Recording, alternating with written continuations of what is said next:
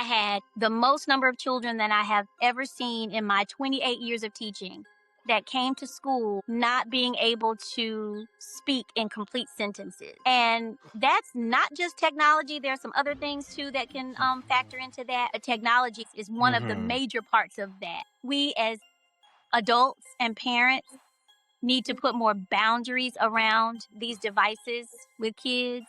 They shouldn't have the freedom to be on their device as long as they want. A child on a device all day is not good. And I see it as an educator. In the moment, people may not see it, but in the long run, it is hurting these kids. If these kids had had an experience prior to kindergarten, they would have come already armed with this information, and they could be so much farther now. Their teacher could have taken them so much farther at this point. I'm talking to my husband about maybe starting a preschool because these kids are still in my mind from my son's class that could have been doing better had they had an earlier experience. And so one day my husband and I are talking about it for like the 1 millionth time. And he looked at me and he said, "I'm tired of you talking about this. Just do it." It is so imperative for parents to get involved and to stay involved. It makes a big difference for not only the school and us as educators, but for the children. For your child. It makes a big difference when your child sees that it really shows them that you care. It shows a couple of things, that you care about their schooling, and so they see that. And then it shows that there is communication between you and their teachers. So that, yes, I talk to your teachers. I know what you're supposed to be doing. It can't be left up to the child.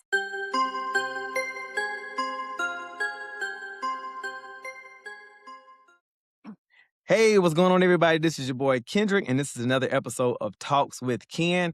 I am your host, and this is the place where motivation lives, inspiration thrives, and personal growth resides. Yes, guys, I've been busy. I know you guys have as well. I know you guys probably been paying attention to some good, some bad, ugly, sad news stories. But today, I'm glad you're tuning in because we're going to shine some light in some positive areas, if you will. But I want to handle some business before we get started. If you have not subscribed to your boy, go ahead and click the link below. Subscribe to your boy. Because if we are going to change the communities in which we live in, we have to do it collectively and on purpose, in purpose. You understand? Okay, so as I mentioned, I had a lineup of guests coming up to you guys. And this week is nothing short of amazing as well. This guest is pretty special to me because I believe one of the biggest things I advocate for is trying to change our future. And the best way to change our future is being able to change and impact our youth in a positive light. And so without further ado, I want to introduce you to my next guest. Today, she is here, taking time out of the schedule. Miss Tierney Rice. Tierney, how you doing? Hello, everybody. I am doing well. Hey, Kendrick. I'm doing fantastic. Look. Thank you. I'm so happy to have you on. I'm really so happy to have you on. And as I mentioned before, I believe that we have to shine a light on certain areas that I've seen change personally in my own life and that I've seen personally in the school systems and so forth. But let's catch our audience up to speed on who you are and why I got you on the show. Let's start off with, who is Tierney Rice and what is your area of professional expertise? Well, Kendrick, first of all, thank you so much for having me. I appreciate you thinking of me. And Tierney Rice is a mother, a wife, a daughter, a friend, a cousin, a niece, a goddaughter. Love it. And my areas of expertise are educator and advocate. I am an elementary school teacher. I am an early childhood educator, and I work with specifically K4, children that are in K4, which is 4-year-old kindergarten, getting them prepared for kindergarten and elementary school. And I advocate for early childhood children, education, as well as parents who have a voice and are trying to use their voice, but for some reason aren't being heard. So I am one of many educators who try to advocate for parents and their children. So I want to piggyback off of that right now, just for my viewing audiences. So, Miss Rice here, I had the privilege of crossing paths with her in my adult life.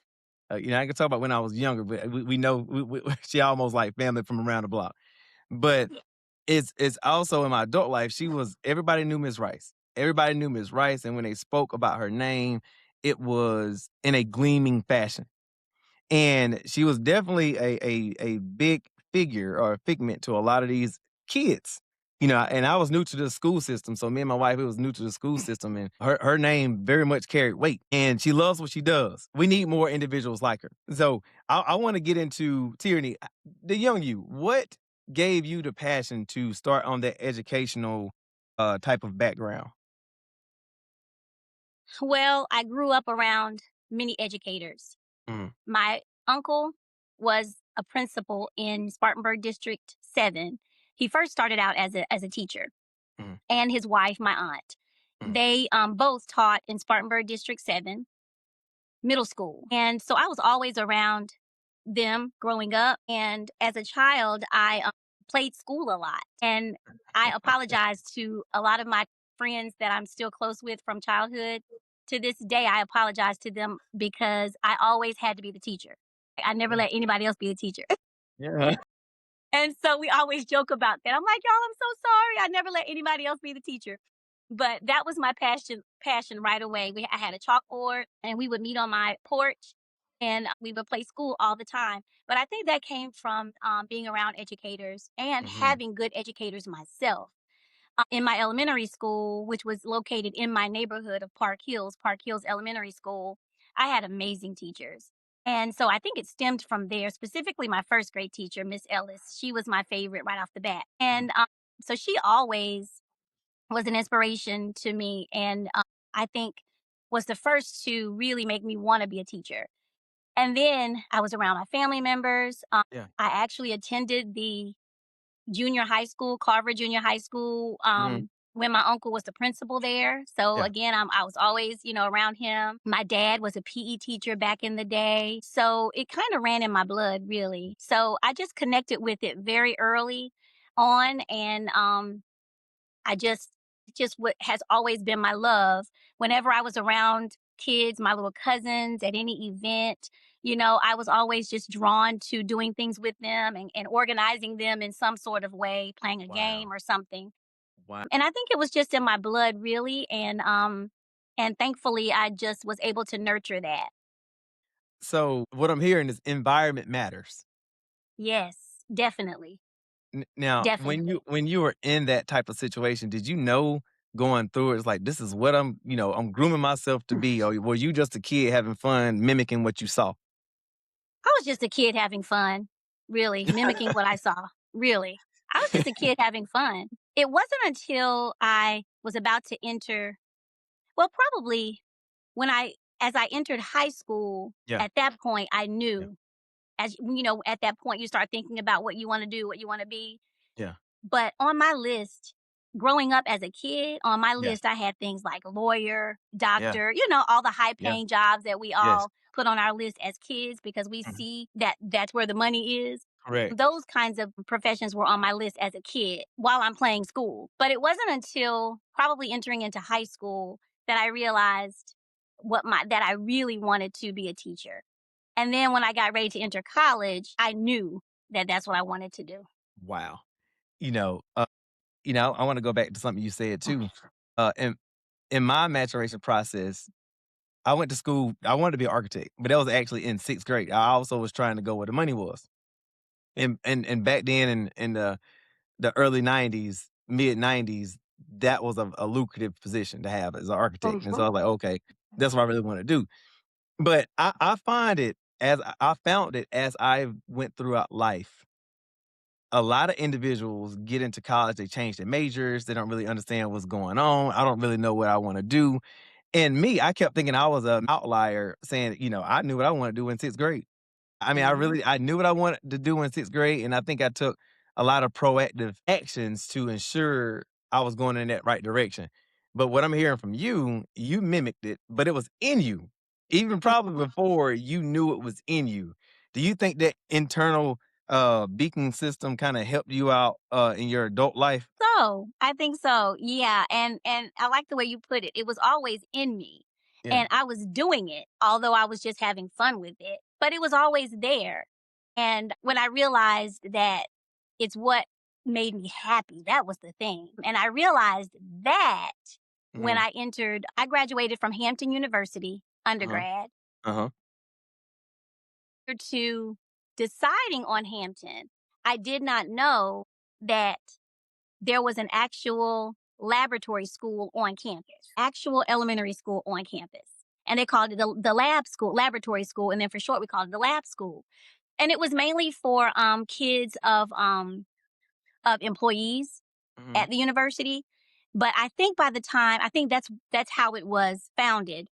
But then by the time I got there, I think anybody could enroll their children there. But most of the children were kids of employees of Hampton. But anybody Hmm. could enroll their kid there.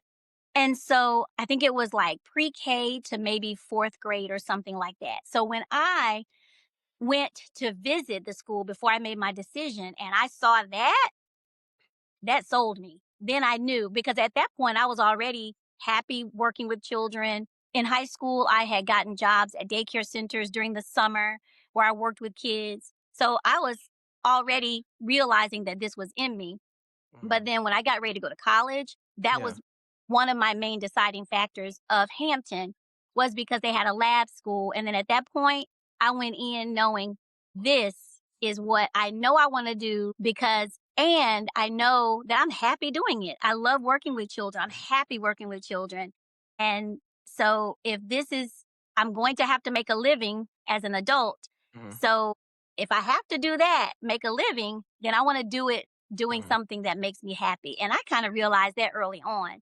As you Hmm. mentioned, a lot of times it takes us a while to get to that point. Correct. But I was so thankful, same as you. I'm so thankful that I knew kind of early on Hmm. what I wanted to do. And money kind of fell off the table at that point in terms Hmm. of the high paying jobs, of Yep. wanting to make, a lot of money. Of course we want to make good money and I wanted to make money, but that wasn't at the top of my list anymore. I just knew that I wanted to teach children and be a part of children's educational journey. Wow. Tyranny. I love it. And I want to, kind of expound upon that too before we get to our next segment or questions. Being in education, being an educator, I'm not gonna say really what side of the line do you typically lean towards, but when you're trying to aid and help children decide what they want to do in their future, or do you side with the no, let them find that love passion that they themselves want to try? Or do you say, let's kind of gear them towards this area because we're the adults, we know kind of what positions are economically sound? Where's the fine line and balance between helping a child kind of do that? Now, going after what me and you just now talked about, it was like innate in me, and I'm hearing it was kind of innate in you. But Hmm. what do you say to that question? That's a pretty loaded question. I know it, I know, I know. I mean, look, and there's no right or wrong. I just want to hear your perspective on where you're at. Yeah, yeah. It's a great question. It's a great question. And I think it's changed over the years. So, Talk to me. Talk to me. yeah, it's kind of changed over the years. I used to be more so okay, starting out as a young adult. I Yeah. used to be more so, let's gear children to what we think is going to be more financially important, give them more financial experience, things of Right. that nature. Other things would just be a hobby, kind of thing. That's how I used to Mhm. think. And Mhm. then I transitioned into thinking, going back to being happy. I would see a lot of people in these positions of financial stability and jobs that offered that, but they weren't happy. And they Mm. verbalized it to me, I just really don't even like this career. I'm just doing it, I'm making good money, but I really want to do this. And so then after having conversations with people about things like that, I kind of switched my thinking. Wow. So Yeah. then I started kind of guiding children to what they really enjoy doing, what their passion is. Also though, how you can make money doing that because you do have to make a living. But you also want to be happy getting up every day, going to do what it is that you choose to do. And sometimes you got to do some jobs that you don't like to get to what you want to do. I love it. I love how You you know, I said it. understand that, and you do kind of have sometimes it's a balance where you might have to take this job or stay in this career a little bit longer Yeah. to continue to make sure you're financially stable while you're working on building something from your passion and what you Correct. really really want to do. And then Correct. once you can branch off into that, then go for it for sure. That's the way you should go. And then now, I still believe that as well as now with technology being Mhm. the way that it is and AI and all these things that I don't even understand yet Yeah. that Yeah. well, some careers and positions are being replaced Correct. by computers and all these Correct. things. So then you got to think about that. So then you're like, okay, a career that I once was thinking about may not even be available for me in the next few years. Correct. So how can I pivot a little bit and think of something else along maybe those same lines, but in a Yeah. different way? So encouraging them to stick with their passion, do what you need to do though to get to that point. Mhm. And then sometimes you have to do two things at the same time to get to that point, but then sticking with it though, not just abandoning your dream and your passion. Correct. Correct. And I'm in total agreement with what you said. And I like the way you said it, now it's a little bit different because that old cliche saying when you're younger, you can do and be anything that you want to. And you believe it when you're younger, and then you like, well, you know what? These bills are hitting. I'm out of school. I gotta, go to college. Da, da, da. Then, I mean, and that kind of morphs and transition into I live by this. You got to do your have tos before your want tos. Now, I do want to do these want tos, but I got to do these have tos in order to get to that point of my want to. I But like you love that. said, Yeah. you got to be able to have that vision and stick with having that goal and vision for your life and work towards it. I mean, because my advice to individuals has been, even if you're working at a job that you quite don't like, but you hold that vision of what you want your life to look like, uh, what makes those unbearable positions or jobs okay is that I always say this is I may be working for somebody else, but I'm working for myself. And that's en route to trying to get to my goals. And I too was the same thing. I was looking for the money aspect when I was younger, because just from where I was at, I had to have more money. I had to create that life. I needed money, right? Mhm, And mhm. but now after, I think that's sixth grade, I made my mind up that I wanted to do something in architectural field, in which I am currently working in the architectural field as a CAD director. And I've been at my place of employment for 19 years. And now it has been stable, and it has been something that has been a stable force in my family's life, my life, that and allowed me to do photography, allowed me this time to do this.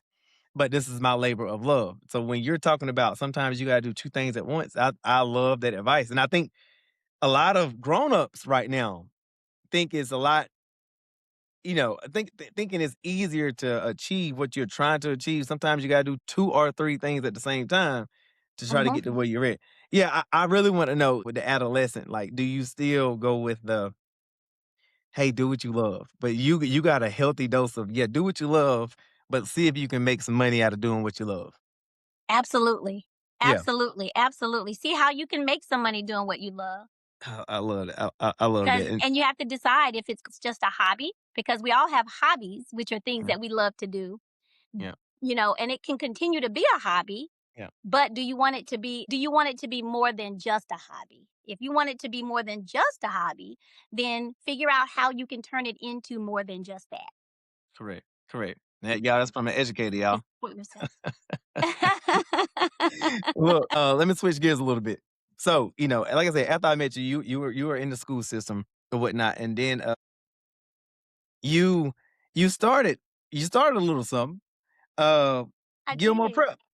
Yes. Can you tell my viewing audience what was Gilmore Prep, and tell me what was your thought process when creating this baby of yours? Oh, wow. Yes, Gilmore Prep was my baby. And it first was just a conversation. between my husband and I. You know how there are sometimes you have thoughts and even dreams that you talk about, Yeah. but never pursue them?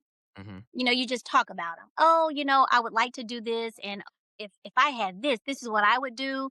And I could do this and this and this. But then for a number of reasons, you just don't do it. It just stops at the conversation. Correct. So that's where we were. I had taught before I opened Gilmore Prep. I had been teaching for I think about maybe 12 years or so. Okay. And then when I had my second son, because when I had my first son, I went back into the classroom, into the school system after my maternity leave. And I did the same after my second son. But then once school was out for the summer, decided not to go back because I had been working with both of the boys at this point. One was I think 5 at this point, and then one was 2.5. And I had been working with them consistently at home and teaching them. And it really surprised me, especially my youngest at that point, Hmm. because at this time I had taught first and second grades. But by this time I had taught first grade for a few years and then second grade for a long time, for like 10 years. And so I had not worked with kids under the age of 5 really in my career. And Oh. so as I'm working with my little toddler and he's picking up stuff, I'm like, oh my gosh, how did he know that? Like, how did he know to do that? Like, am I really teaching him this? And so then I started doing more and more and more with him, and he was learning so fast. And I thought, wow, I love this. I never thought I would want to teach any age under 5. And so, but he was 2.5, almost 3, and he was, really picking up. Yeah. And so that was happening. And then when my son started at Brushy Creek, where you and I met, Correct. myself, and your wife met with your Yeah. kids, um, my oldest, when he started kindergarten, his teacher asked me if I could come and help out because I was home at this point because I didn't go back to school. I was home with my little one.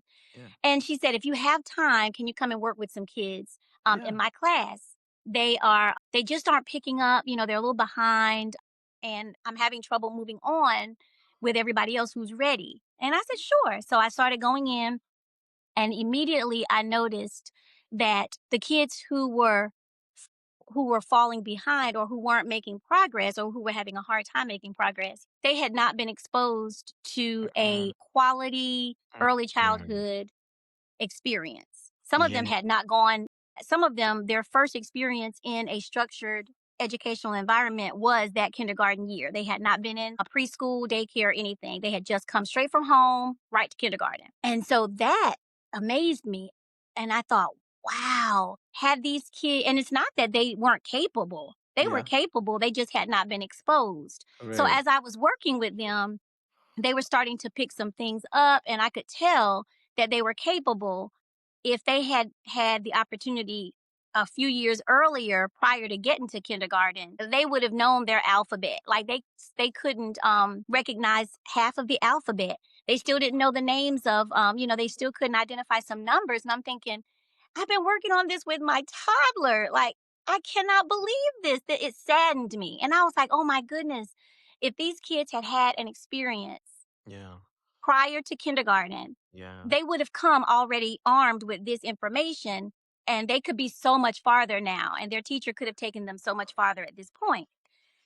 And so that led me into thinking about Gilmore Prep because at that point, I was considering going back into the school system because my oldest was in kindergarten, my youngest was almost 3. I felt like, okay, I'm ready to kind of get back into the classroom. And that was my thought. And then I did. I started working at Brushy Creek, but not as a classroom teacher. I took the position of STEAM lab. I was the STEAM lab teacher because I just wanted to gradually get back in because I had been out for 4 years and I didn't want to jump back into a classroom full time. And this Yeah. position was part time. So I thought, Yeah. oh, this is perfect. This gets me back in a little bit. And then after this year, I'll do this for 1 year. And then hopefully I can apply for a teaching position here. The school is right up the street. My kids will be here. Yeah. I would love to work here. I hope this works out. This will be perfect. So I did that year. I'm thinking about Gilmore Prep at this point, but again, it's just a conversation. Right. I'm not serious about it really, but I'm Correct. thinking about it and talking to my husband about it. But I do the STEAM lab position for a year at Brushy Creek. And before that year ends, I'm talking to my husband about maybe starting a preschool because these kids are still in my mind from my son's class that could have been doing better had they had an earlier experience. And so one day my husband and I are talking about it for like the 1 millionth time. And he looked at me and he said, I'm tired of you talking about this. Just do it. Yay, hubby. And I was like, what? I was like, huh? What? He was like, just do it. You've been talking about it for years, Kendrick. At this point, it had probably been 2 or 3 years. He's like, Oh, he's like, just do it. You keep talking about it. I'm tired of it. That's it. Just do it. And I'm like, how are we gonna do it? We have no building, talk to like me. nothing. Like we have no place to do this. Like, what are you talking about? Doing it at our house? Like, I don't know what you're talking about. And he was like, well, we'll figure it out, but don't go back to because at this point I was thinking about, applying for a position, a classroom position at Brushy Creek. He was like, nope, don't do that. Don't do that. Just tell them that you're not gonna be coming back for the next school year. So that's what I told him. I went to the principal, and because the principal wanted to offer me a classroom position. Yes. And so I had to tell him, no, I'm sorry, I'm not gonna be able to do it. Kendrick, we did not have a building or anything. So Man, that so was the leap of faith. So that was a leap of faith, this is amazing. which I was taught my whole life, to have faith. Have And so faith. this was a huge leap of faith. So decided to do this, had no place, but a guy who lived in my cul-de-sac at the time, he owned a tutoring business that was right up the road from our neighborhood, which is right up the road from Brushy Creek. He owned a tutoring business, but he was renting a spot tutoring. And he had been at that spot for about 5 years tutoring. And we knew him well from the neighborhood. An amazing educator. And he had come out of the classroom years ago um, and was and opened a tutoring business, very successful. So at this point, he was there for like 5 years. Yeah. And so I was talking to him one day and I mentioned to him what we were going to do. We wanted to start a preschool, but I didn't have a location yet. And so he says, well, my dad just built me a building for my tutoring business, and it's 2-story. And there's a space on the bottom that we don't need. Why don't you move in there? Look, And that's where Gilmore Prep was born. look, I want to interject here. Let's unpack this. This is what we're trying to get to. Audience, this is what we need. This right here, I want to unpack this. That's you walking in purpose and in alignment with your true goals and values. So, and I always say sometimes you got to have somebody else speak life to your situation. Your husband spoke life into your situation. He saw it, He he did. felt it, he seen your passion behind it. He knew it was in you. He's like, babe, go ahead and do it. Just go ahead and do it. And sometimes that's all you need, just a little bit of nudge. That's it. That is it. Absolutely. So the power of having somebody speak life to you, even if it's your spouse, is an amazing thing. And then the other part is, you know, my wife, she said this. I got to share this so we can get the fullness of what you just now experienced in yours. It's okay to have an idea, right? But you got to have an idea. You got to believe in the idea, and then take actionable steps to achieve and obtain that ultimate idea. Mm-hmm. And sometimes people, I'm gonna say this: the closed fist syndrome. So it's hard to give or receive with a closed fist. And I'm gonna tell you this why I'm saying this is when you spoke to your neighbor at that point about your idea, some individuals like, nope, I don't want to tell the wrong person. They might steal it. Or I don't want to tell the wrong person because they can't help. I don't need nobody in my business because I ain't da. That right there could have been a blessing that you blocked yourself from because you just holding it in. And that's why I always try to tell everybody. And the reason of my show is about interconnectedness, that kind of a deal. So we are the sum of the whole. So when you mention your idea to somebody, a blessing fell upon you, not by happenstance. I'm just gonna say you had to say something. Whether it was you or your husband, y'all had to say something. You wouldn't have known about it. He wouldn't have known about it. Closed mouths don't get fed, people. That's right. That's Like that, and exactly right. that's a part about walking into, that's how you become. Yeah, I mean, because Mhm. and I got a saying that says, you ain't got to know everything. You can fail forward, and then in retrospect, once you got that experience, you can tell, like you're doing right now, telling and inspiring others who may be on the stool or do nothing. You know what? I'm gonna go ahead and do that same thing. I'm gonna try that same thing. If it don't work, okay, it didn't, but I tried it because in my personal life, because I'm an engineer or well, engineer by day. That's why everybody know me. Engineer by day. Uh, and then I got this platform on my podcast. I do this kind of in the night. And then also we do investment in real estate properties. Now, and I say that because I found my builder by that same metric that you did. Tierney, I was looking for builders for years. For Mm, years. And then so I had that same thing. I was like, you know what? This is my idea. This is my goal. This is what I want. This is what I'm trying to go after. And I just had this random conversation with a guy in a football wow. stadium. I had a random conversation. My wife said Wow. I talk too much.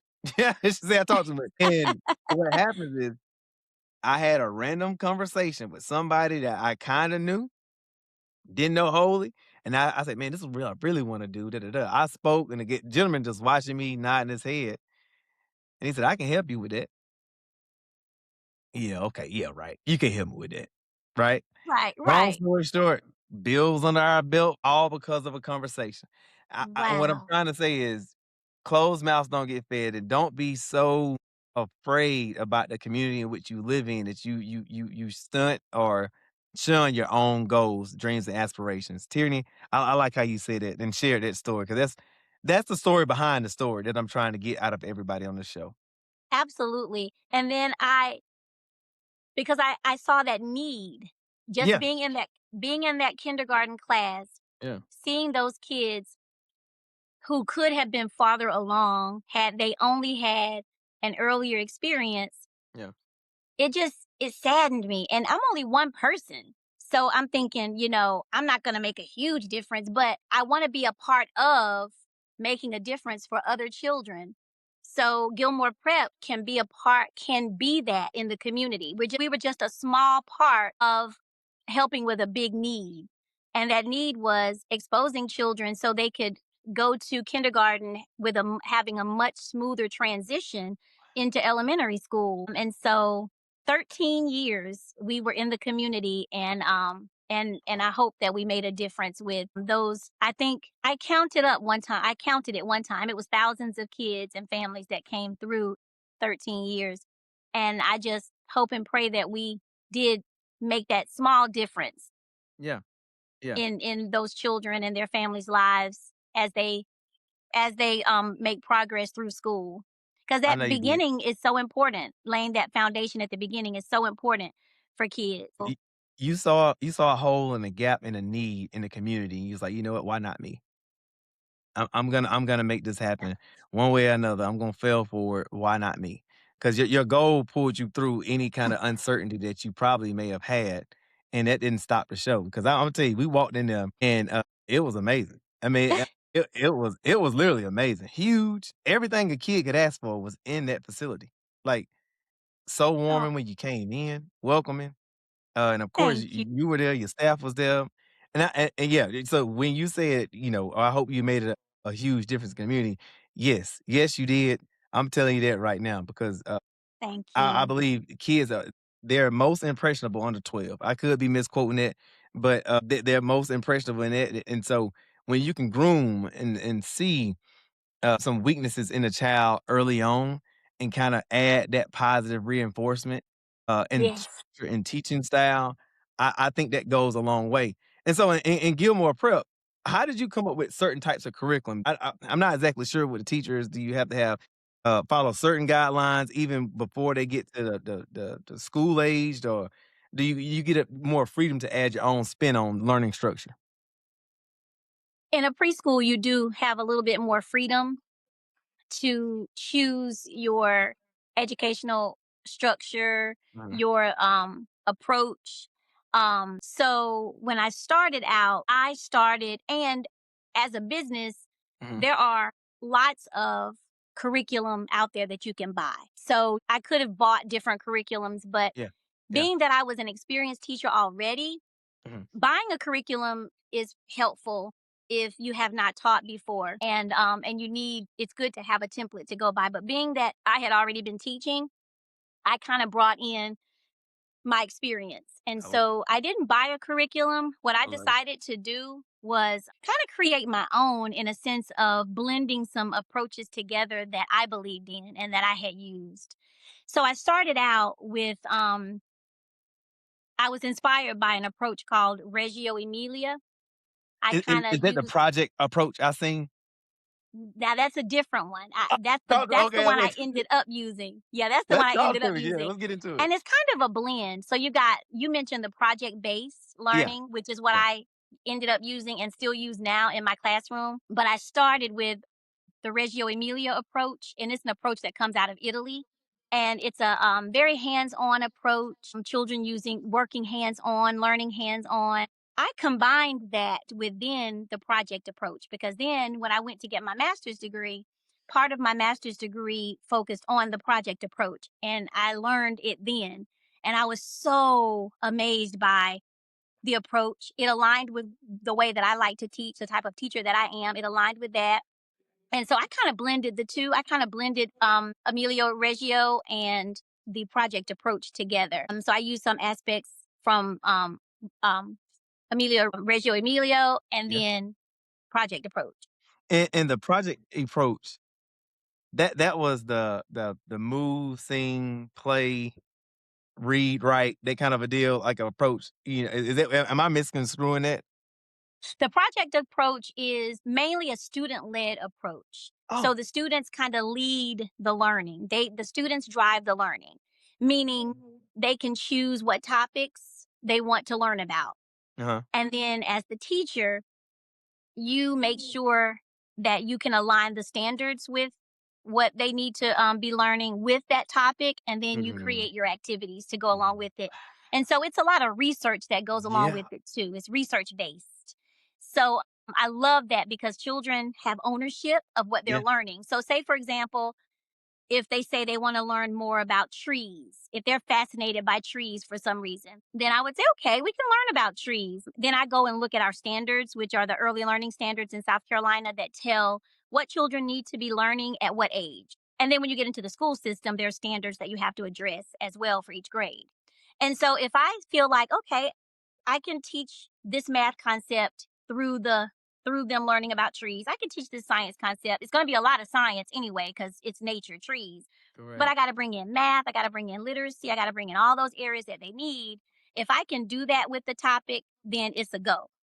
And so that's what it is. And Wow. so they choose the topic and then they it has three phases. First they think about what do you want to know about trees? And so me as the teacher, I list questions that they want to know about trees. And then we go on and do our investigation in step 2 to try to find the answer to their questions. Mhm. And so we investigate by doing research. I get tons of books on the topic from the library. I reach out to parents. So it's a parent involvement is a very big part of the project approach. It gets them involved. Anybody, any experts, any parents work with trees. Any parents work with a company that that chops trees down or that plants Yeah. trees or anybody know anything about trees, feel free to come in, talk to the class. Maybe you can address some of our questions. And then we do different activities. I bring in math. We might measure the length of trees. We might, it's just a whole project and it's amazing. It is so amazing. I love it. This So that's you're what I talking did about, with Gilmore Prep. this is preschool age, And it's right? preschool, yes. See, pay attention, class. Pay attention to Jim's teaching that drop because boy, you said a mouthful because getting because kids can get, especially now, which we're going to get into, especially now, they can get really bored really quick. Yes. And you taking ownership of the curriculum like nobody else I've heard describe it. Meaning, you can tell you love what you do because number one, they choose. Well, that in a sense, they're talking about they choose the subject because now, like, oh, we're in tune to this. It ain't Mm-hmm. like, oh, we just reading about some Joe Blow cardboard, Right. tree. And then you like, "Oh, okay, all right." So they energized about this. I'm gonna mold the curriculum around what they Mm-hmm. want to learn. Well, I want to teach them, but what they want to be. I mean, be taught. Mm-hmm. That takes tact. That takes skill. That takes a lot of. I'm gonna say a lot of effort to blend that into a structure element to where they can digest it in a preschool setting. Then you get the community involved. Hey, is there anyone who knows about trees? Your parents or your dad, your uncles, anybody know about it? They come in. Welcome to talk to the class. That Mhm. gets the kids used to. Man, that And is we re amazing. I mean, I and when think. you What you say? I'm sorry. I was gonna say when you mentioned community, we also reach out to companies in the community too. We did a last year my class did a project on wheels. And then they specifically got into wheels on a bike, like bicycle wheels. And they were intrigued by the spokes on the wheels and how Mhm, wheels are made and then the different size wheels depending on the mhm. bike. And I mean, we just got all into it. And so I stopped by. I was passing by somewhere on Pleasantburg and passed by a bike shop. And I went in and I asked the guy, told him what we were doing, and asked if he would be willing to come in and talk to the kids and answer some of their questions. So it brings in the community as well. It shows the community what we're doing as educators for these children, Yeah, how important it yeah. is, and how they can be involved in the learning as well. And so he brought in bikes, he brought in different size wheels. I mean, we just had a great time with that. So even just connecting the community as well is a big part of that approach. See, right there, I'm a big advocate for open source learning, basically continue education on your own. Mhm. Mhm. And then when I hear you say stuff like that, it's more of a yes, I'm inside of the classroom, but these are real life type of extender Absolutely. activities that I'm reaching out to the community. I want real life experience, even at that young of an age, Yes. coming from the horse's mouth.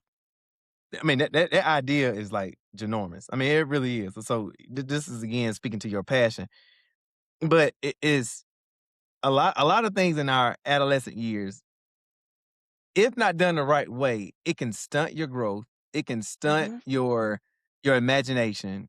And it can almost put a ceiling on like, oh no, I probably can't do that. I wasn't born into the right family, or Mhm. I didn't have any access to this growing up. Da, da, da. Mhm. This is just my life. That kind of deal. Mhm. What Mhm. you're doing.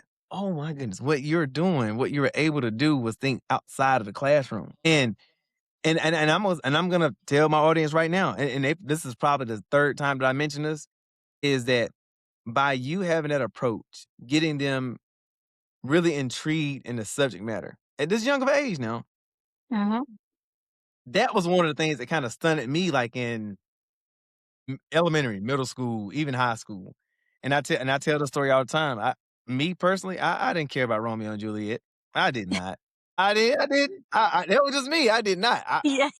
I'm just using it, but it wasn't a part of what I wanted. It didn't Mhm. relate anything to me. I mean, I would go home and like, okay, I don't see nothing that they were talking about. I could not Right. relate to it. Right. And and I had so number one, I had no interest in that subject matter. And then number two, I couldn't relate to it. And then so that kind of in my young adult life, 19 through 22, 23, 24, I didn't want to touch a book. I didn't wanna touch a book, I didn't wanna read. Now, I don't know if you can see well, you probably can't see, I got books behind me, and I got books over there in the totes in the room, and because I'm like, "You mean to tell me I can read what I wanna read? You mean to tell me I can read Right. subject matters and learn on my own? You mean to tell me Right. I ain't gotta have a teacher to tell me this stuff?" So, I'm enamored with your approach to how you're teaching, how you taught, because that didn't stunt a kid's maturation process and number one, believing in them, and then not daring to ask a question and being able to relate it with the community.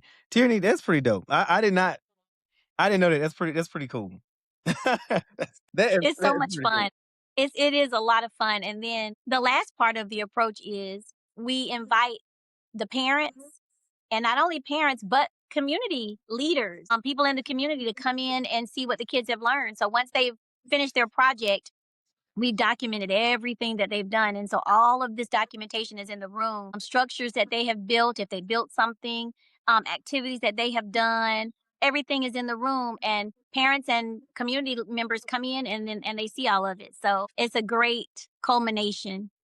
Look, let's switch gears on that, because this is probably the third or fourth time I heard the word parent.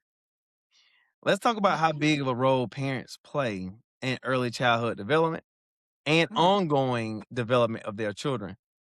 Would you say you can speak openly about it? You can speak on a surface level however you want to. And I'm going to speak from the sports.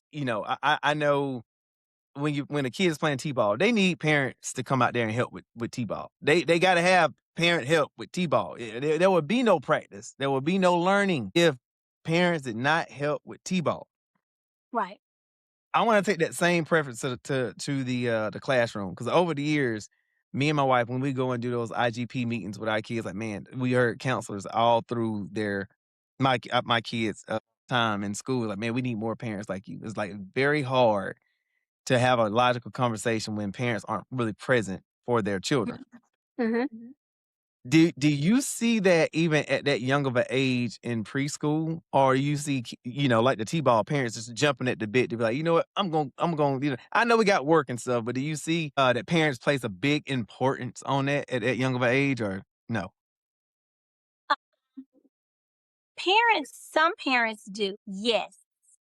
At at the level that I am at, and I still teach K4, but now I am in an elementary school where we Mhm, have K4, mhm, and I am one of the K4 teachers. mhm. So, still working with that age group, parents are a little bit more involved, I would say, Yeah, in that age group yeah, because for most of them, it may be their first kid. mhm. And so I for know my about that. parents, yeah, oh yeah. So for my parents whose this is their first child and their Mhm, first experience with mhm, school, most of the time they are all in because mhm, they don't know, they have so many questions. It's all so new to them and they're excited about it, they're nervous, they're experiencing all types of emotions because it's their first child. mhm. Um so I would say that those parents are involved. They come to the meetings, they respond to emails, they come and help out with different activities. I love that. Most of those parents are all in. And then you have parents who this might be their second or third kid. They've been Yeah, through it before, been there, done that, yeah. may not be as involved for Mhm, different reasons. mhm. Um, One, they feel like they've already been through this two other times, so Right, it can't be too different. They already correct. kind of know, especially if their kids have gone through the same school. They're Mm, like, "Oh, I already know the school. I already know how y'all do things. I already know I don't have to come, whatever." gotcha, gotcha. So it's different.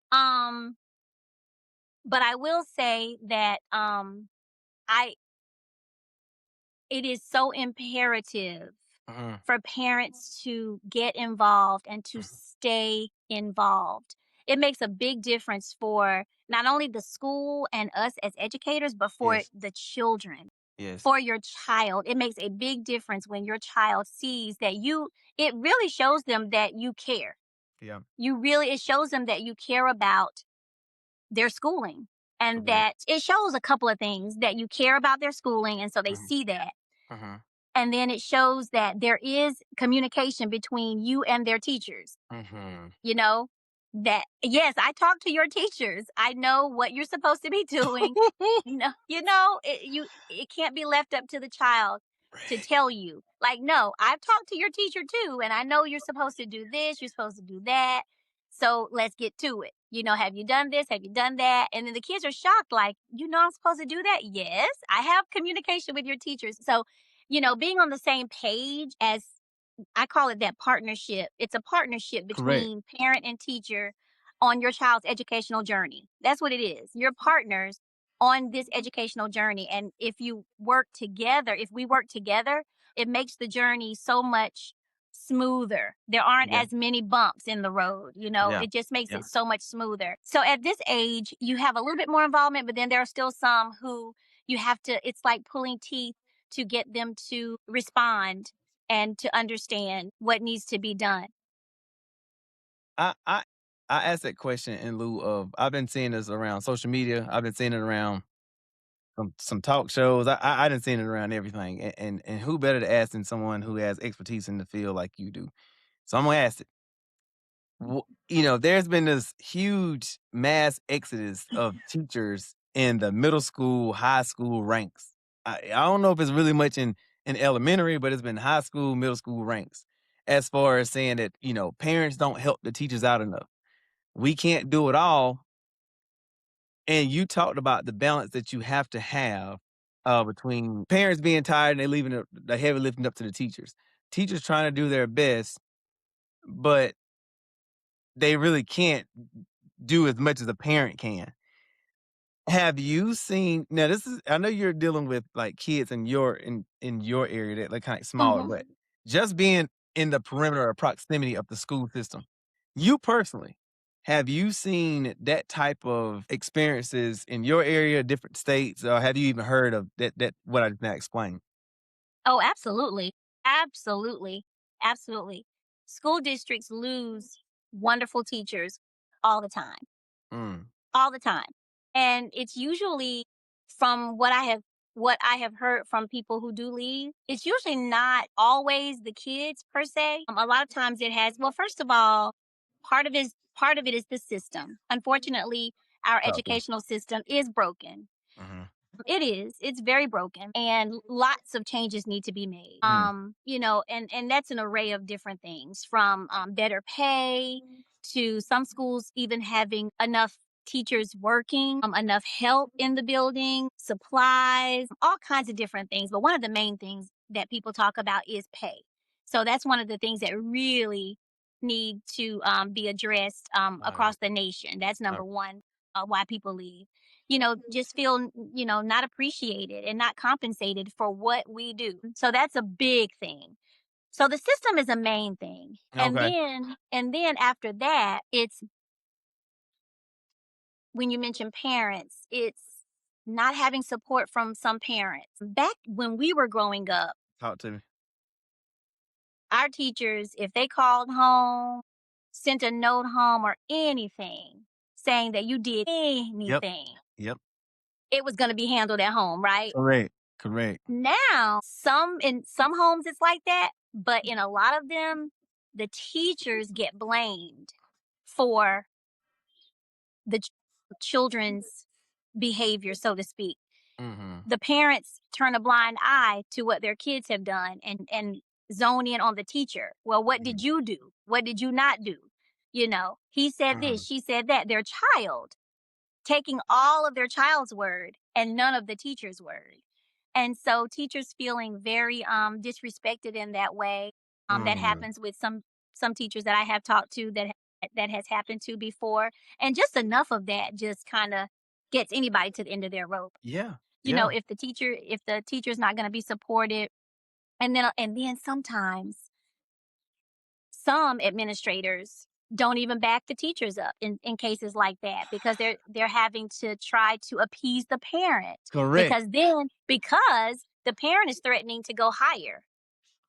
And so I'm going to the superintendent, I'm doing this, I'm doing that. And so to appease that parent, a lot of times the teacher gets pushed by the wayside and administrators just side with the parent or try to get you to make it better for the parent without even addressing what the child has done or any of that. So then it doesn't change. So the child still is exhibiting this behavior that's not good for them and it's not good for you or the rest of the class, but you're having to appease a parent. So that's a lot of people leave because of those situations. Man, I'm gonna make light of this real quick, but and I do know when I was little, they still had the paddle in the principal's office. That's Oh, when I was yeah. little. Oh, they still have it? I ain't saying Wow. bring the paddle back. I'm what I'm talking about is Yeah. the certain levels of accountability. Yes. Anybody that got calls to the principal's office, it was a long walk. I mean, it was a long walk. Now, I mean, it was a long walk. Like, what did I do? And Yes. so, just with that thought, that would keep a kid more in line. Oh, And absolutely. couple that with the thought of being afraid that your teacher calls your parent. Right. Don't let your parent have to get off work to Oh, come to the school. mm, That type of accountability is what this is me outside looking in. Just over the years, there is no fear. I say fear, but there is no right. fear in the youth. I mean, it ain't. And I say the only way I seen this recently. It was a child psychologist who mentioned it. I don't know this gentleman's name, but he's world renowned for his work with children. And he said, children, yes, they have to respect you, but they have to have a healthy level of fear. Meaning, if I don't do this, I'm gonna have to answer to my mom and dad. Mhm. And me personally, I think that that is something that's missing with a lot of households. And so, with my boys, because I got 2 boys myself, and, I love them to death, love them to death, but one day they're gonna be leaders of a household. And so I hold their feet to the fire a lot. They're like, "Dad, you motivating everybody else, but why you gotta be so mean to us sometimes?"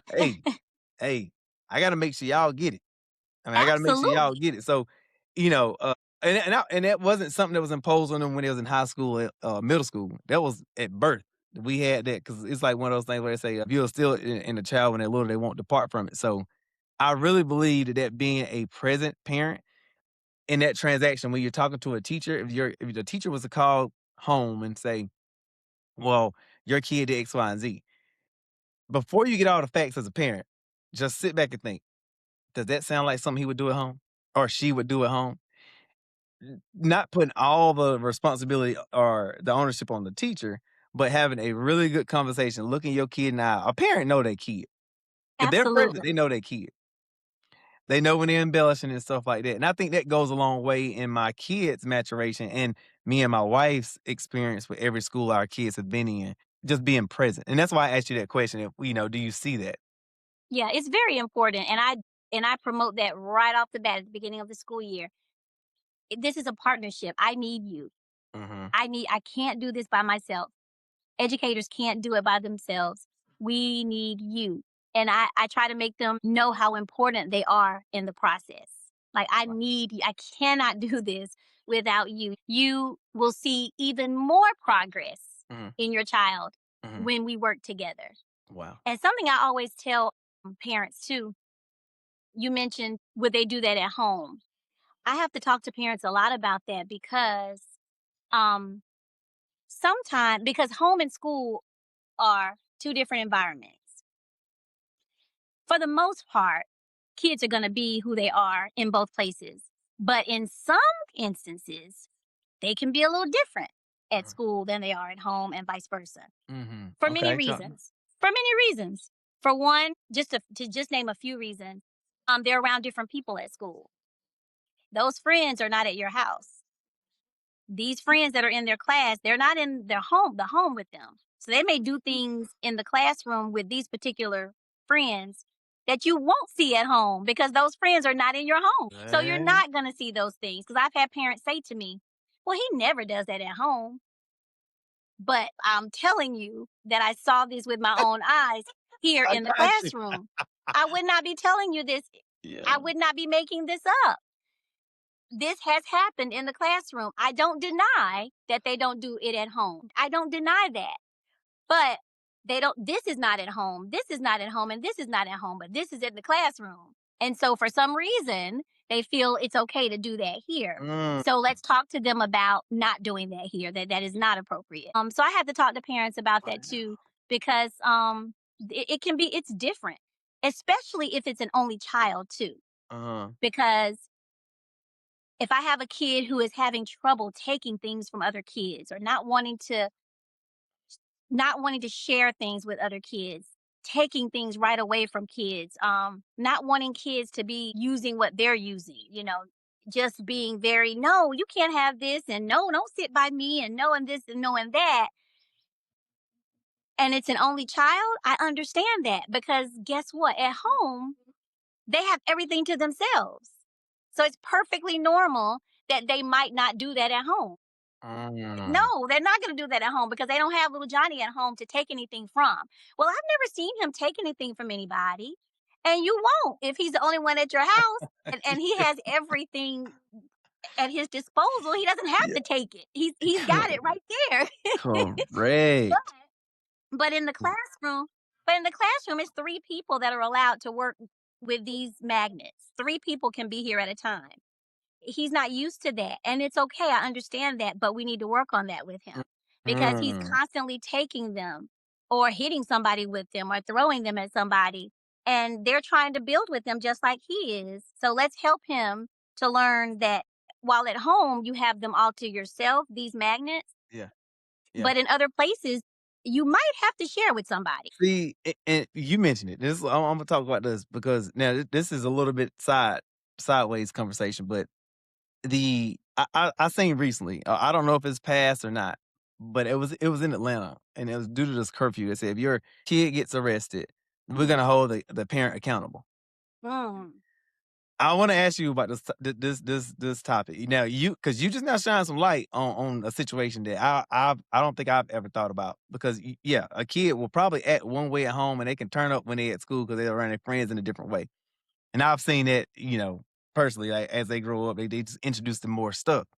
Mhm. But with that, as far as parents being held accountable, Mm. and this is to the older kids, not the younger ones, but Mhm. to the older kids, would you agree or disagree with that type of sentiment? Because you just kind of mentioned it that kids can be around certain areas and be trained by life that didn't come from their household. Do you think in that situation, parents at that age, high school and up, do you think that they should take ownership or responsibility if their kid go out and do something that's not taught in their household? Do you agree or disagree with that statement? I disagree with that. Okay, go ahead. I disagree with that because they've made their own choice at that point. They know what they've been taught. Correct. They know what they've been taught. And so if you're going to go out, you haven't been taught to steal. Correct. But if you decide you're going to go out here and take something, that should not have a reflection on me because I've taught you that that's not what we've taught you right from wrong. We taught you morals and you've never seen that. You've never known us to even do that. No, that's not on me. So no, I don't agree with that. Yeah, I yeah, agree that, I'm with yeah. you. But when I think about like gun use, Yeah, I kind of think differently about it depends on the situation with a gun I'm with you. because I feel like it's my responsibility if I am a gun owner, my kids should not have access to my guns, if Yeah, that makes sense. yeah, yeah. So if my kid gets my gun Mhm, and goes and does something, mhm. then yeah, I might need to be partially responsible for that because how did they have access to it in the first place? You know, how did they know how to get to it, that kind of thing. Man, look, you hitting on it. You the one that's going away from the topic. I'm gonna talk about this real quick because like as a parent, there's a school of law when individuals say that because the gun thing you're talking about. Well, if you introduce your kids to the gun, they'll know how to use it. They won't be afraid of it, right? But that Mhm. means Mhm. they also may have access to being able be knowing where the gun is, having access to a gun, taking it out of the house without permission. Mhm. That's where I kind of like. I mean, because like, I'm gonna say this: me and my boys, we hunt. But me Mhm. personally, I didn't introduce them to any kind of firearm until they was in high school age, and they was with me, still locked up in safes, Right. no passcode, no it's fingerprint. You ain't getting in here. Right. But yeah, when you say stuff like that, as far as like taking ownership, I have to agree with you on that. When it comes to the gun thing, hey, we talking about another level. So I agree with Right. you on that. Yeah, yeah, Yeah. Yeah. that's some good stuff right there too. So let's get into some other stuff. So with you personally, with you being a wife, mother, how did you find time? How did you create the time to be a parent, a wife, and a teacher at the same time? And when you trying to create and mold out something, was it the community that you built around you, the foundation? You already spoke about your husband. How did you? Anybody, not specifically you. How does one go about creating and crafting out that time? Because you always hear, "Well, I'm a parent. Well, I got this big to do." How did you do it? Right. How would you say people need to craft that out? Wow. Well, it is a challenge. It's definitely challenging. I have to start by saying it was not easy, but and especially with you having two boys as well, especially when they're younger. I mean, it's still not easy even as they get older. Mhm. But when they're younger, it's really harder because you got to take them places. They're not driving on their own. You got to take them to their activities. So you got to Correct. have time to do that. Really? And as you said, still be present. Um, what helped me was my husband, of course. He's very Mhm, supportive, always mhm, has been. mhm. But then our village as well. My mom, we are so blessed to have moms who are healthy enough Yeah, to be able to help out yeah, and who are willing to help out. My mom, his mom actually lived with us for many years when the yeah, boys were yeah, younger, and yeah. that was a huge help. She actually was living with us when I started Gilmore Prep. That village, So that helped us out tremendously. that village, yeah. Um, yeah, so the village, really, our parents, and then any other friends that we might need to call on at any time. But really, mainly our parents. Our parents helped us tremendously, picking up the kids, taking them places. And like I said, my mother-in-law lived with us for a while. Mm, So we didn't have to worry about meals. When we got home, dinner was already done, thanks dang, to her. I love it. Um, so that helped tremendous. Without them, I don't Yeah, know if we would have been able to do it. And so that's why I tell people all the time, we live in a time now too where I don't know why, but people don't want anybody to tell them what to do or to be involved. When we were growing up, my aunts, all of us, we were always together, like, and cousins, we were always together and always helped each other. And I think, and I'm a strong believer in continuing to do that. And so I tell people all the time, let people help you, because sometimes we feel like, we have to do it all ourselves, or we don't want people to be in our business, or whatever people think. I don't know.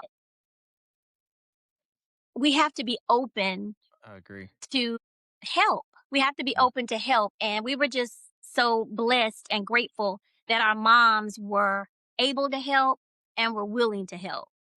Wow. Wow. Thank you. And I want to talk about this. I know I held your time for a little bit, but I got to ask these questions to you as well. What is your take on bringing technology in the room? Because I've been sitting beside kids that's 3, 4 years old that could probably use a phone or a pad better than I can. Mhm. Mhm. Do you say that's a big hindrance or a big aid in the educational process, like in the classroom? I think it's a hindrance. Talk to me. I'm not anti technology. Mhm, I think it's great actually. In mhm, in this day and age, we should advance. And that's a good thing. Advancement is a good thing and technology is good. But just like anything else, it's the way that it's used that can mhm. make it a hindrance. Just like anything else, too much of anything is a hindrance sometimes. And Yep. so I feel like it's overused a lot. I feel like we as adults and parents need to put more boundaries around these devices with kids. Mhm, They shouldn't have the freedom to be on their device as long as they want to be. A child on a device all day mhm, is not good. And mhm. I see it as an educator. In the moment, people may not see it, but in the long run, it is hurting these kids. Yep. This year and last year, but this year mostly so far, I had the most number of children that I have ever seen in my 28 years of teaching that came to school not being able to speak in complete sentences. And that's not just technology. There's some other things too that can factor Mhm, into that. But technology is one of the things, is one of the mhm, major parts of that mhm. because they're sitting on the tablet. They don't have to interact with the tablet. They're just looking at it. So there's no conversing, no talking. And people substitute that for talking. And so I have to talk to parents about that too. It's important to talk to your children. Now, as a parent, believe me, I understand when you need some time, Yeah. right? Yeah. Things can get overwhelming and, a child needs everything from you. And sometimes you need a break from that. I get it. Now it's easy to hand a kid an iPad or a phone to get that time for yourself. Again, I get it. But it should be limited. It Mm. shouldn't be stay on it all day. Now you're out of my hair, whatever. No, we can't do that because then these kids can't speak clearly. They Yeah. can't make complete sentences. Yeah. They don't even understand the back and forth of a conversation. they're interrupting you every moment because they haven't been in that practice of talking back and forth. Oh, it's your turn to talk. Now it's my turn to talk. Now it's your turn to talk.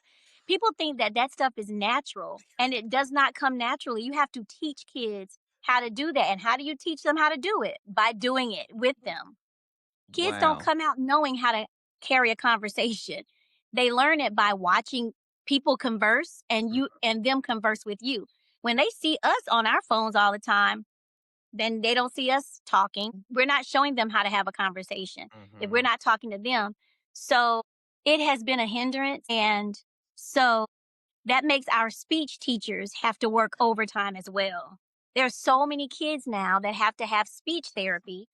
And I think that's part of it. Now, some of it can be developmentally, Yes. Yeah. the forming of their mouth, their tongue, things Yeah. of that nature. But the being on technology for too long does not help either.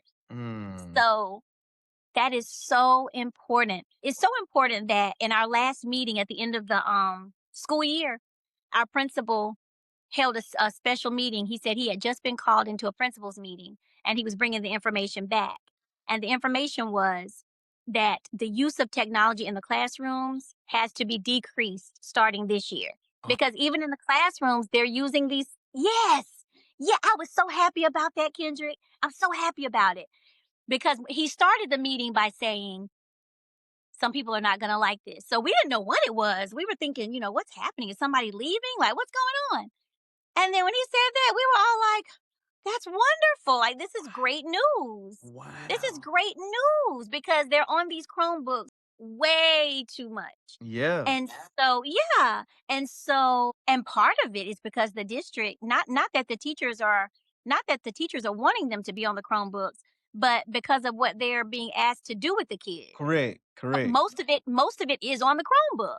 These programs that they have them doing. So the teachers, we were happy. Well, I don't. My kids don't have Chromebooks, but most people were very happy about it because it's too much. It's too much time. It's too much time. We got to get back to having more face to face in Yeah. person. I mean, and it has its place. That's why I said I'm not anti technology. Yeah. It has its place, and the kids need to know how to use it because it's a part of their world. But they have to know how to use it appropriately, and there has to be boundaries around it. And so most people were very happy about that announcement, and I think that that's going to prove itself to be good because it's just it's just too much. So I say to parents all the time, I try to send home different activities because you have to be careful about how you say things to parents. So Correct. I try to get my message across by sending home different things for them to do, different activities for their kids to do. And in the directions, it all involves them talking to each other. So I I try to craft my activities to be designed where when you do this activity, it's not something that you can just give your kid and walk away and say, "Hey, do this." It's something you have to do with your kid wow. just to get Talk that. to him, Tierney. I mean, Talk. to get that message across that, hey, take this time to sit with your kid and do this. And so I don't know. It's just, Man, dropping bombs, man. Like literally, she giving class, giving out lessons. Yes. Yeah, but do you think those new requirements is that just area specific, state specific, like, or is it just school specific in the way you guys are going to be able to implement new teaching methods or structure in the classroom with the new standards? I think it's our district for the most part, as Man, far as I can man, they tell. need it everywhere. It might be coming up everywhere. I'm not sure, They need it but everywhere. They need it yeah, everywhere because they I'm one of do. those. In some of those videos I They was talking about do. when the teachers was crashing out was more of a the retention. They said we can tell them, we can give them an open book test. I can tell them, I can point to what I want on the board. I can verbally tell them what I need them to say, and I ask them the question, and they look at me like I didn't say anything. And that I was reading a book, the so the Ancient Generation, and Hmm. in that book, the author was talking about yes, social media, and not even just social media itself, but the use of a device, not being able to use a pen or a pencil to write Mhm. writing aids in comprehension and retention. So when they get rid of, the script writing in school or moving everything to a pad instead of on paper, I know just me per se. You can see right now, me, I'm I'm a book writer, and then I only want to. I don't read on. People don't like me on this one, but I don't read on the Kindle. I just want to get away from technology somehow. So I gotta That's see me it to the too. Kindle. That's me too, I gotta see Kendrick. it to. It ain't, Yes. and it aids in like I remember doing tests. Sometimes when I was reading something in a social study book, reading something in the book, I could just memorize what page it was on, or I can memorize where it was at located on the page, and I can remember the answer just by that alone. Mhm. And so when they took that out of school, and then many authors I've read on when they talk about the growth process and the learning process from our adolescent to adulthood, that was a big part of it. And so when they were talking about the use of technology, it does have a place, but I think that gap kind of hinders some of that teaching process. I'm not no teacher, but it's just one of those things where I've seen it. I've seen it. Yeah, it's true. And you know what's interesting is I've talked with, well, my husband, he's a college professor, and then I've talked to some high school teachers as well. And it seems that it can be too much across the board, even Mhm, for college. mhm. But, too much use of it. They still need that one-on-one with their professor and their teachers too. But the use of the virtual platforms and activities via technology for the students is more effective in high school and college than in the lower grades. Mm, The lower grades is just they're just too young for so much of it. yeah, Now, high school and college teachers said that, it benefits them because they can do a lecture and then they can give the students information also via technology. gotcha. And they're at the age where that's appropriate, right? That's That right. works. That works for high That's school and right. college. Yeah. But for elementary school and even middle school, it can just be a bit much. So to decrease that time, I think is going to be a game changer. I think that's going to make a big difference to decrease that use. I seen someone. It was another child psychologist. He was talking about let your kids be bored. Like it's like, well, I don't have anything. I don't have anything to do. I said, well, That's what good. what what did we do when we were younger? When we were bored, we like, well, we're gonna go outside. That's right. We're gonna find something to get into. But they said even with that, that intuitive gland, like that intuitiveness in our body is activated. It's like, okay, I'm bored as I don't know what. What can I maybe Uh-huh. I can sketch. Maybe I Right. can do a word search. Maybe I can play. We had Yes. jacks and we had stuff like, but it's Yeah. something that you can get into. But I think right now, and it is really not all indicative just to that household, but it's the way that the kids are used to seeing it outside of the household, just in general. And that's a whole nother topic for another episode. Whole nother topic. But But can I tell you one more thing that I found interesting with technology? talk to me. This year, a little bit last year too, but this year I noticed this and this thing baffled me, Kendrick. I could not figure this thing out. I have had some kids that, well, kids that can be very antsy, that have a Mhm. hard time being still for even just a few minutes, that always have to be moving.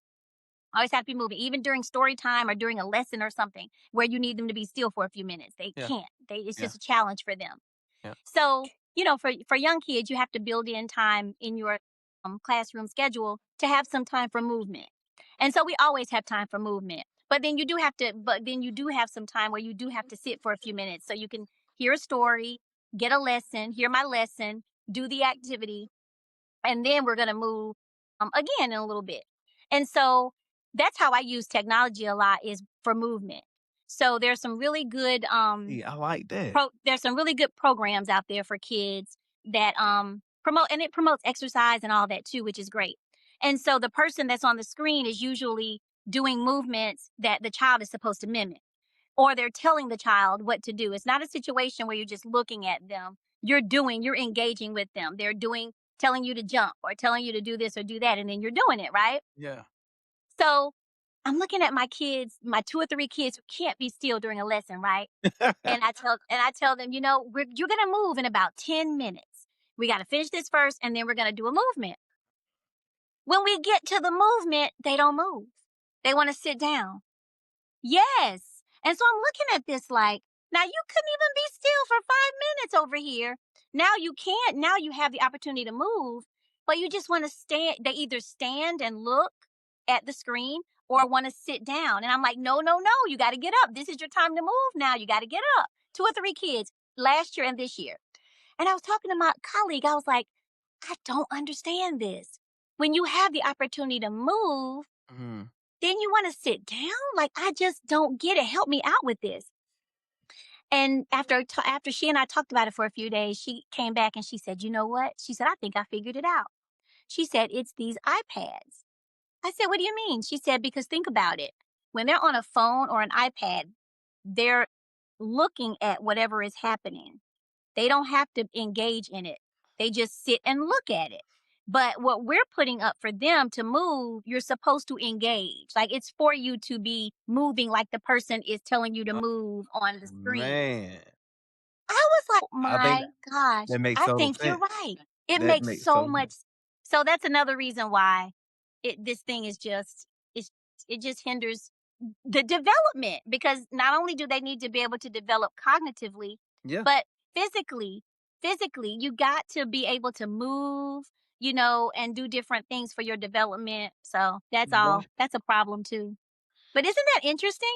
I Wow. look at them in awe, like, why do you want to sit down now? You can move. Now, when we get ready to sit down again, then you're going to be wanting to move. Like, I'm, but I'm that made a lot of sense. I'm instantly thinking about like teaching strategies and philosophies just off what you just now said. Like you really got to be, in a sense, like right now, you were present in that moment enough to know, and then follow up with questioning and having a conversation with somebody else just to have dialogue on it. I'm like, Hmm. all right, maybe next time I'm gonna try X, Y, and Z to adjust your style of teaching to what's really gonna be conducive for that child. Wow. Right. Right. and It, and it's ladies, baffling. ladies and gentlemen, this is what teachers really have to go through. And what, I'm gonna tell you this right now. I'm gonna go out here and say I don't know if it's many teachers that go to that length right now. I mean, I'm just just having it because way back in the days, it's like you really had teachers that were like an extra parent. It seemed like those teachers really wanted you to succeed, really wanted you to break through those barriers that you were dealing with. Hmm. And I just want to say kudos to you. I just gotta say kudos to you because that's amazing, man. The stuff that you went over. Now, I got tons more questions, but I think right now it is gonna be time for me to at least get to the talks with Ken final 3 questions. Are you game Okay. for that? I think so. Okay. Okay. Yes. Look, my first question is looking back at your earlier teacher years, if you could give yourself some advice 10 years ago in your journey, what would that advice be? I would I would tell myself that you do not need to or have to please everybody. Mm. And it is okay to leave school at the time that you are allotted to leave, 2:45, 3 o'clock, or whatever, um, and be okay. Like that, because you leave school right on time does not mean that you're not a good teacher. Mm. You don't have to stay at school 2, 3 hours after the time to prove that you're a good teacher. Mm. Talk to me. Talk to me. Second question. Do you believe that schooling will dictate the level of success one will have in their life? I do. Okay. I do. I do. I do. Because it's important to in order to make progress, you have to read, Mhm. and you got to know how to read. So schooling, whether you're taught at home or taught in a formal school building, homeschooled, whatever, you got to know how to read, because being able to read and do research on things is going to help you to be more successful in what you're trying to do. Wow. So I believe in it. Is there a question that you wish I would have asked or wish someone would ask you or ask a teacher that's never been asked? Mm, Personally or not? the question that I would ask is, what what what makes you keep going back to your school every day? Mm, What keeps you going back? perfect. what keeps you going back? What is it just the love for the kids? Like what keeps teachers going back? Yeah, that's a good thank you.